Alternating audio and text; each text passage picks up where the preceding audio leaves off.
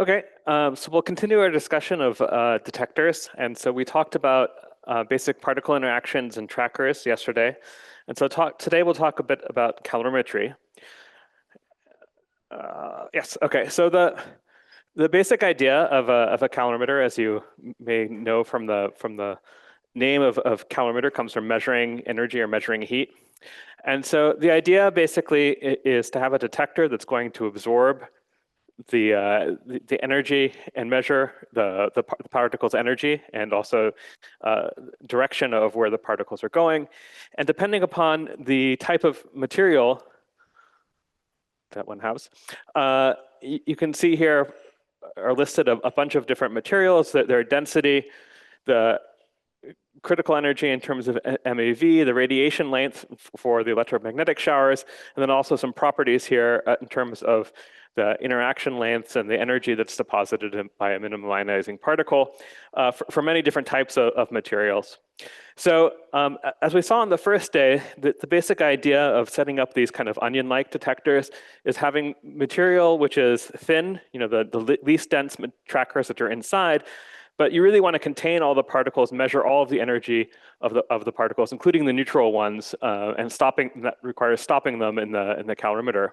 And so generally, each part of these calorimeters is also going to have a part which is much denser than the tracking material in order to achieve that goal.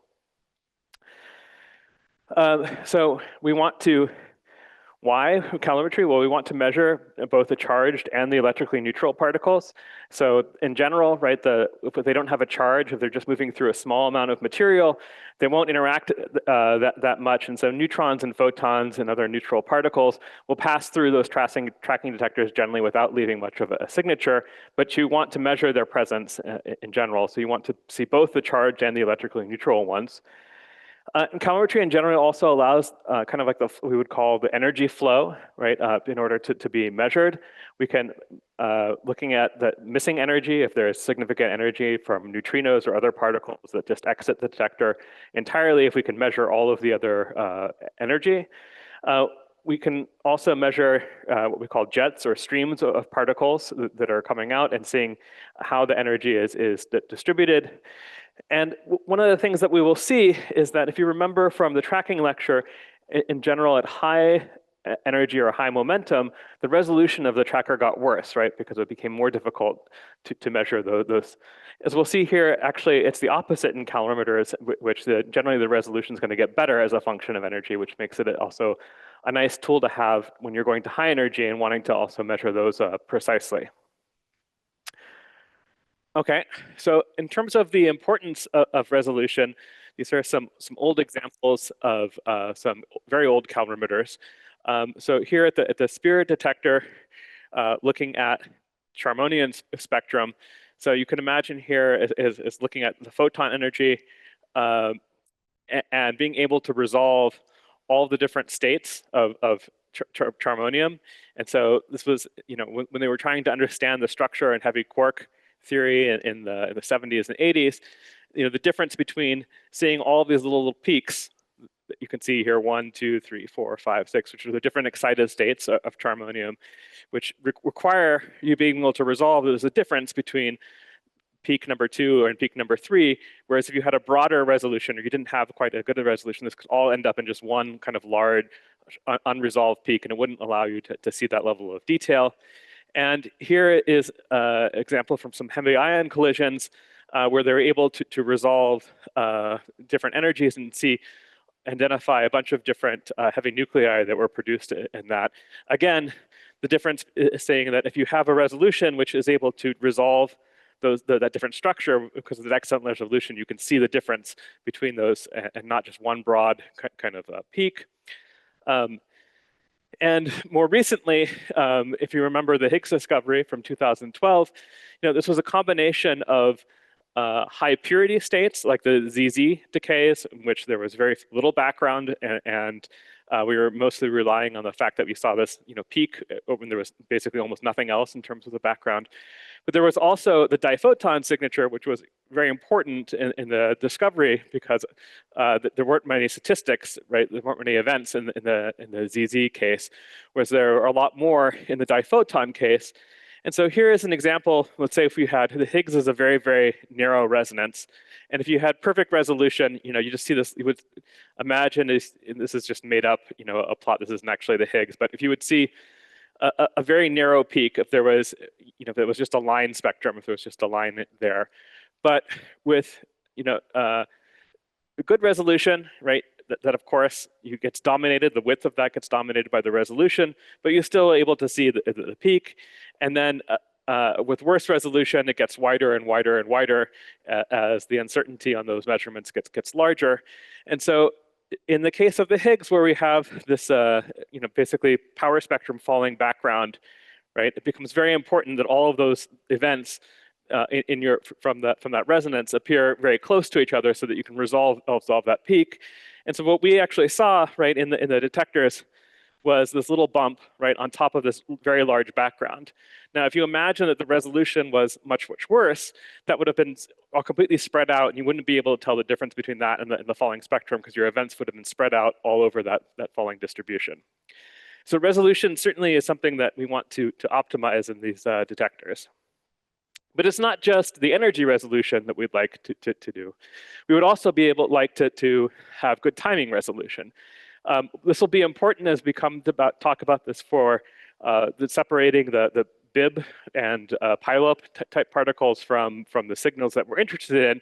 But this is an example from a test beam in which they were looking at the difference between the response of electrons to a particular calorimeter. So this was 80 GeV electrons and 80 GeV pions, which they were sending in.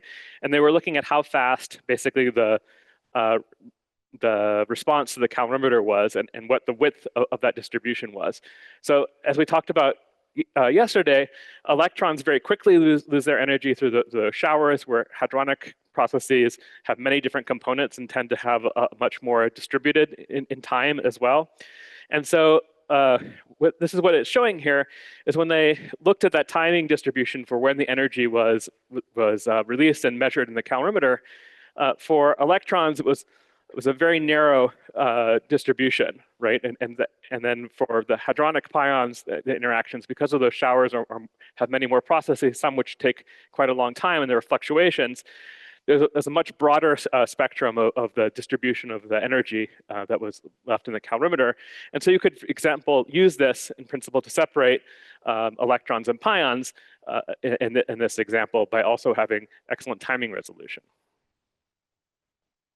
So first coming to the basic resolution and how we expect it to scale with energy. So if all of the secondary particles are measured, we expect basically the energy to be proportional to the number of particles that are produced in that shower.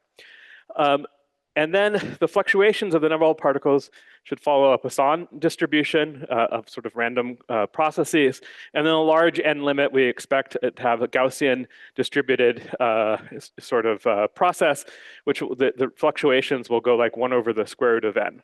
And if the energy that is deposited is proportional to n, and the energy fluctuations, the fluctuation in the number of particles goes like 1 over the square root of n, then we would expect, just from simple scaling laws, this to go like the energy resolution to go like 1 over the square root of v, right? So that's kind of the basis of why the energy resolution gets better as a function of energy. It's because you have more particles and the fluctuations tend to be smaller when you have more particles just from that distribution. So as we'll see, there are different types of calorimeters. Some that tried what we call homogeneous calorimeters that try to contain the entire shower and measure the entire shower. So you can make a choice between that or ones which are called sampling calorimeters, which have segmentation. So segmentation allows some measurements of how the distribution of the shower is. So if you imagine you have just one big block or something where the entire shower goes into, and all you know is the total charge that is deposited in there. The advantage of that is that you'll measure all of the energy or most of the energy that goes into that block. The disadvantage is that you don't know where exactly in that block the energy is distributed, and if there's some distribution could be interesting in order to help you make decisions about what type of particle it was or how the shower development came. So this can be by choice to improve the segmentation. Um, and if that occurs, um, then you also have to include the fraction of the energy that is going into the active medium as opposed to the energy that is going into the things that segment it, right? So if you have like some container or something that holds different parts of it, or if you have some parts structure of your detector, which is just responsible for holding the different crystals together or something like that, energy will also be deposited in those. And if it goes into a medium which is not instrumented, you lose that. And therefore you expect to have that loss in the energy resolution from that too. So let's take a look at homogeneous calorimeters here. So all of the energy that goes into the active medium basically will form part of the signal. And generally, of course, there's some lower level to that, right? Because there's, in general, there has to be some limit to how much energy you need, a basic, a certain amount of energy to form a signal in the first place. Otherwise, it doesn't get registered. And that's generally on the order, in principle, on the order of a few EeV or so in order to form that. And if you get below that, then there's not much that you can do. However, therefore, there is no, like, for example, if you here is the CMS eCal, which is basically a heavy crystal in which the energy can be deposited in. Because there's no segmentation in it, that means that you basically know if in the case of how they're designed, is that the energy is mostly contained in just one of those crystals, and so you just know that one or two of those crystals basically had energy deposition. You don't know very much about the shower development. However, in this case, basically the energy goes in, it gets stopped, it ionizes thing and excites. And then the atoms of that crystal, they then give off photons, which are then used as a signal that's read out.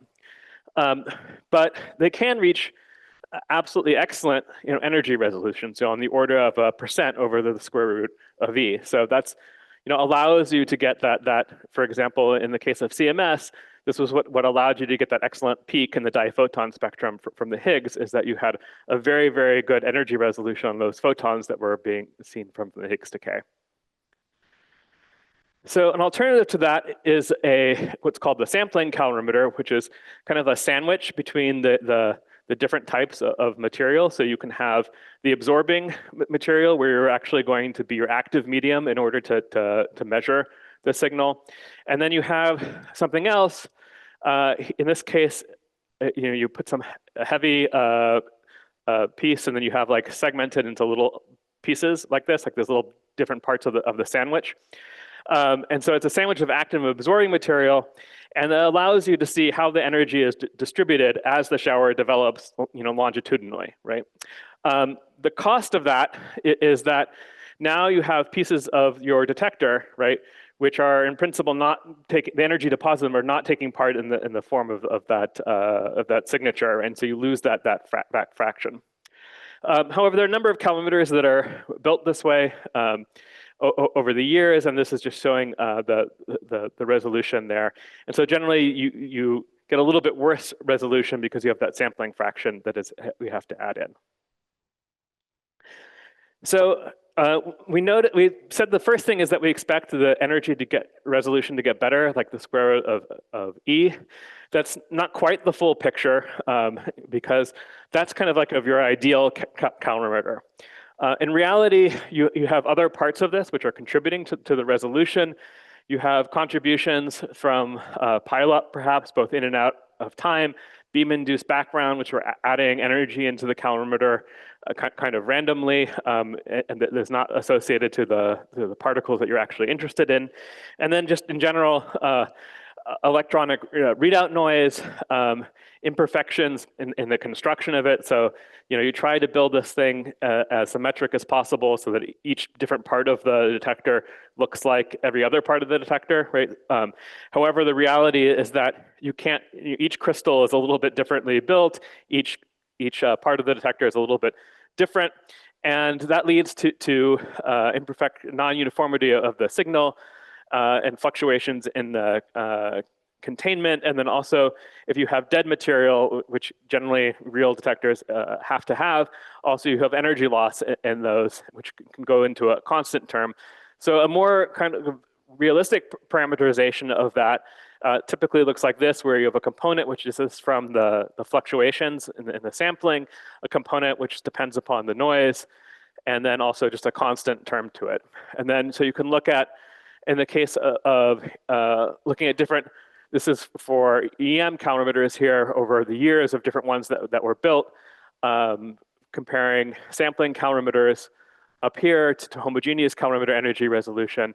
And so you get, not because of the reasons we discussed, better resolution typically from in the EM calorimeter in particular, from the homogeneous calorimeters than you do from the sampling calorimeters.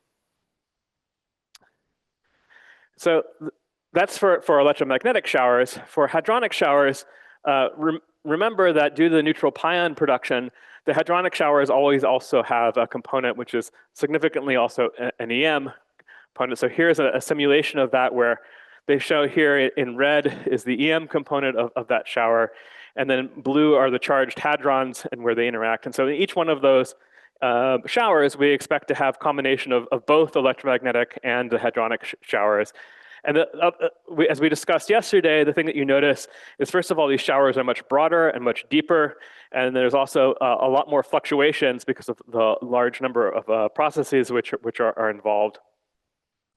And it turns out that those fluctuations, if you are kind of driven by what the shower is composed of. So, kind of on average, about 60% of a hadronic shower is going to be ionizing particles from ionizing energies like protons, pions, et cetera. About 10% is from nuclear interactions from the neutrons that are produced. About 30% or so is actually from that so-called invisible energy that is going into the breakup of the nucleus or dead material or other things.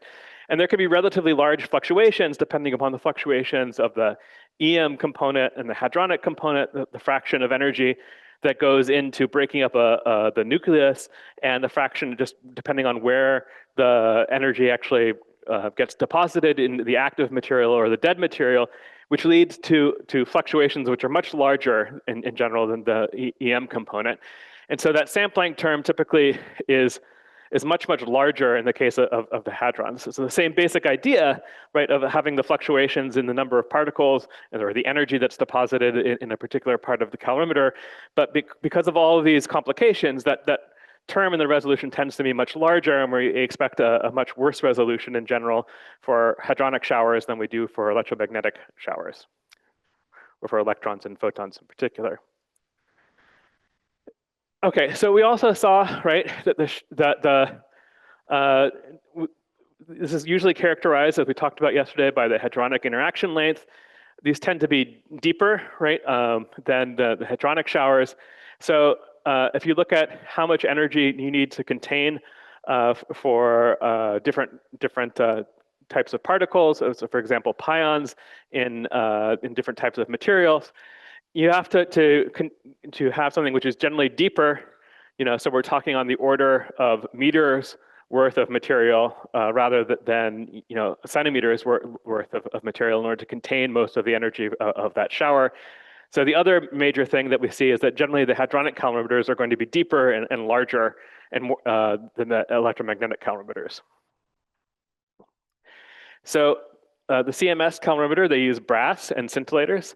And so if you know this, actually, one of the institutions that contributed to the hadronic calorimeter development for CMS was some of our Russian colleagues. And so they took these old shells, and took out the armament, obviously, but used the brass casings and melted them down, and formed the calorimeter actually from that. So it's kind of cool, right? It's the sword to plow analogy, right? If you remember using it old things for science. And so what you get in the end is this sandwich of brass, which is the material for the absorbing material, and then they use scintillators in order to measure that. And so they have a sandwich basically of of brass and scintillators that look something like this when you put it together, and then you read out the light from a diode and use that as a measure of the energy that was deposited. In Atlas, they have a sampling calorimeter, a liquid argon and lead sampling calorimeter.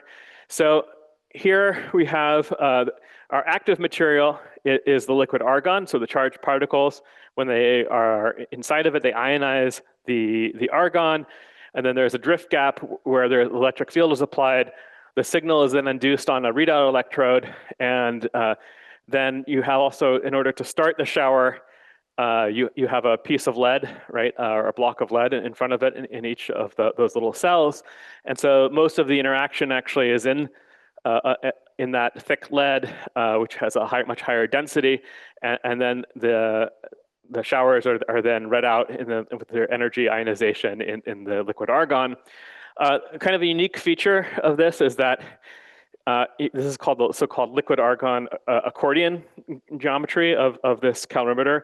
So if you've seen an accordion, right, it goes like this. It has like ups and downs. And if you look at this picture here, you can see these little wavy lines, right? So it turns out, the classic way of that you might think about designing it is having something that just looks like this over and over again as you go outward in radius, which is you have a block of lead, some argon, and an electrode, a block of lead and argon. Actually, the way they designed it was to have it to be at these kind of weird accordion ways, and this was actually to minimize the amount of dead space. So if you do it this way and you put a bunch of different ones together, little cells of them, and you try to put one cell next to another cell and then next to another cell, in each of the cases where the cells come up against each other, there's going to be a little bit of a gap, and you would have, and that's how the D0 calorimeter was built, and it has little gaps in phi as you go out. So this one was built actually in order to avoid that. It has this weird accordion shape, and the first time I saw this, I said, is that going to work? And it turns out it doesn't matter what the shape is. You can build it in any shape. The same basic shower principles apply, and although it's a little anti-intuitive to think that that's the way that you could do it. Typically, it has kind of this triangular shaped deposit that gets the signal that again gets shaped by electronics and read out. If you're looking at the resolution, again, because this is strongly affected by the energy that is lost as invisible energy, nuclear excitation follows a decay that can take up to a microsecond, soft neutrons that bounce around the detector for up to 10 minutes, before decaying or something, and it can cause nuclear recoil, but not an energy signal that is measured. And then again, just generally the nuclear binding energy, which is needed to break up the nucleus, which is not directly measurable. And so the fluctuations in the EM shower start like about 1/3 and then grows like log E. And you can see, different, basically the percentage depends on both the material and also the energy that you see. So as I mentioned in general, right, the resolution for hadrons is worse than the EM. So I'm picking on my own experiment, which for the CMS hadron has a rather large sampling term of about 120%, rather as opposed to that 1% term for the EM calorimeter. Other ones have on the order of 50% or something like that, but it's a factor of 10 to 100 larger than the case of most EM calorimeters in terms of the resolution. The stochastic term is much generally quite larger than for EM resolution. So once you actually do this and you measure, right, you have your calorimeter, you've developed what kind of signatures do we expect to see? Well, at a collider, hadron calorimeters mainly serve to measure the jets because we see that most of the energy that goes into out of a photon can be measured by the electromagnetic calorimeter, and the same thing for an electron. Jets generally have deeper showers, which will start in the electromagnetic shower in the electromagnetic calorimeter, but continue deeper into the detector. And so generally, we want to be able to measure the hadron calorimeter is important for measuring jets, which at a hadron collider is an extremely important thing because there are a lot of jets, hanging around at a proton machine. Um, and if you want to actually make use of this, since there are many particles, some of which are charged and some of which are neutral, and you want to make optimal use of the reconstruction, you can also use detailed information, which is that for some of this, you have more information than just some of these particles, you have more information than just the hadronic shower. You also have tracks which lead to them, and you can use them to help get a better resolution. You can also use finely grained information from the electromagnetic and hadronic calorimeters in order to see that. So one of the things that we learned at the LHC, which was not used in very much in previous experiments, it was called a particle flow type of reconstruction. And so previously to this, when I was on the Tevatron and other measurements before, jet reconstruction or trying to measure the energy of those particles was mostly done by the calorimeter. And it basically was different algorithms of how you could sum up the energy deposition in the calorimeter and decide that it came all from the same sort of fundamental particles. However, with increased precision on tracking, increased ability to the granularity of the detectors, and be able to track particles and see what part of the calorimeter they left their energy in. You can also do something called like the particle flow, which uses charged particles measured by the tracker, where that's when that has a better resolution for many of the lower energy particles. You can use photons that are measured in the ecal, and then also just the hadronic component in the HCal, which overall actually leads to a fairly dramatic increase in the resolution. And so the algorithm looks something like this: is that you start with finding all the tracks that you can in the inner detector. Then you cluster the different energy distributions in the calorimeter. And then instead of just taking what we traditionally would do is just take the clusters here and kind of sum them up.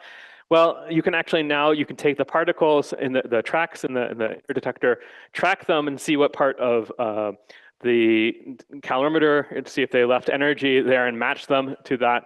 And if in the case where you expect a better resolution from the tracker than you do from the calorimeter, you can remove the associated clusters and use either the charged particles, or you can use the photons measurements in the ecal in order to use that measurement rather than to use just the overall distribution of energy in the calorimeter. And so, as expected, right, the momentum resolution in the tracker is much better at lower momentum than it is at higher momentum. So that's where you expect most of the improvement if you were to use those that particle flow information. And so you can see here for multi-jet events, looking at the jet energy resolution as a function of PT. And this is what you would expect, right? If this is what you get if you just use the calorimeter information, you can see that it gets the energy resolution degrades, right, as a function of going to the low PT end. And that's exactly where the tracker does its best in terms of measuring the momentum of those particles. And so if you use that information as well, you can get a combined measurement of that, which greatly increases, in particular, in the lower jet PT region, up to tens or about 100 sort of GeV, and then region where the resolution gets quite a lot better. And then as you get to very high momentum, as expected, because the tracking resolution gets worse, it doesn't really help that much to add that in, because the resolution is continuing to get better in the calorimeter, where it's continuing to get worse in the tracker. So to actually do that sort of reconstruction, you have to take into account a number of things. You have to look at all the dead material in the different passive areas. You have to do responses which are different between hadrons and electromagnetic showers and take that into account properly. In the case of CMS, it's less so in the case of Atlas. There is a significant number of particles that punch through the calorimeter, and therefore you lose it, and you have to take that into account somehow, that you're losing that energy. The effects of pileup, of course, as we'll see in a second, we try to idealize these jets as kind of like these cones of particles, but the real jets are messy things sometimes, and they have their energy deposited in kind of weird ways. energy that is below the noise threshold, and then we kind of tried to do this by a combination of in situ, like looking at resonances and from the data and the detector, and then also detailed simulations in order to correct this and get the best measurement we can. And so there's various ways in which you can do this. You can try to subtract the ambient particle energy depositions from pileup. Then you do detailed, basically, calibration, looking at different regions of the detector, which could respond differently depending upon the imperfections in their construction or depending upon different dead material, because not all of the detector is, we say that it's cylindrically symmetric, but the reality is there are more cables and more structural pieces in certain locations than in others. And then you try to calibrate this whole thing. And so if you look at what you're trying to do, is that you see that there's some energy deposition in different parts of the calorimeter. This is shown in the eta and phi space, and trying to see if there's any substructure there as just an example. You try to remove this kind of noise. You do all of these corrections. And you start reclustering it, and you can kind of see them in the original picture, where there's kind of three sub areas where you have more dense deposition of energy than you do in other places, and you can use that. For example, if this were a top quark, which was decaying hadronically into a W and a B, and the D decays into hadrons as well, that you might end up with like three, if it was boosted, you might end up with three subjets in some region of the detector. And then by these processes, you can try to identify what energy deposition came from each of those subparticles and get a better understanding of the underlying physics that occurred. So there are different algorithms. I won't go through them in general, but they basically look at clustering the energy in different ways and then trying to match them and make ultimate use of your reconstruction in order to find them. So they call them topological clusters. It just means clusters of energy deposited in the calorimeter, or particle flow, which is looking at how the energy and momentum flows within the particular event. And ultimately, basically, that allows you to get to kind of the best energy resolution that you can. And so this is just showing well, I guess it's not so recent anymore, 2020, but of the resolution that they were able to achieve in Atlas, by doing all of these methods and kind of improving the reconstruction and looking at the resolution as a function of the jet PT. Okay, so I'll stop there, and then tomorrow what we'll discuss is using these things that we've learned about the tracker, how the particle interaction, specifically to the muon collider.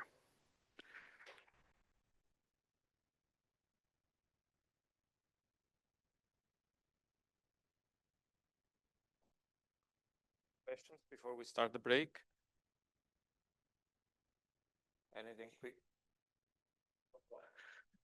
I have a couple of okay. Have a couple of questions. I think they are short. Is there any reason to have sampling calorimeters, and is there any other reason that it's not budget?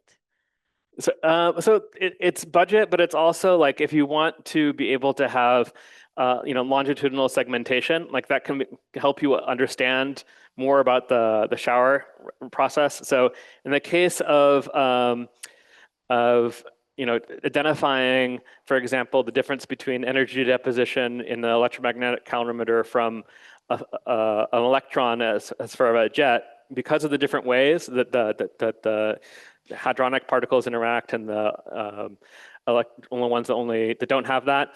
If you have the segmentation, you can see how the shower develops as a function of the longitude. And you can do better separation between like pions showers that are associated with the jets and electrons and photons.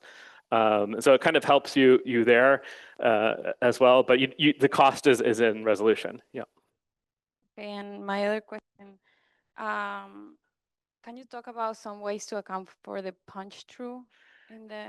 Yeah. So there are different things that you can do. So and different algorithms. So if it's one particle that is going through or something like that, or a couple particles going through, it's hard to you typically will try to do a kind of overall average correction for it. If you see that there's some that there's some punch through that's going on, it kind of moves it back. It makes the resolution worse in general to have that. If you do you can also use it that if you have punch through and you have the muon detectors, and then you can measure the muon tracks there, and you can try to add that back in some algorithms. But in general, it's better if you have higher containment, because you also have neutral and particles that get out that way, and it's not much you can do about it. Thank you.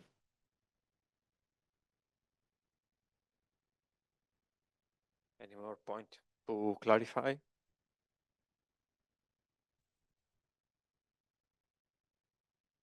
All right.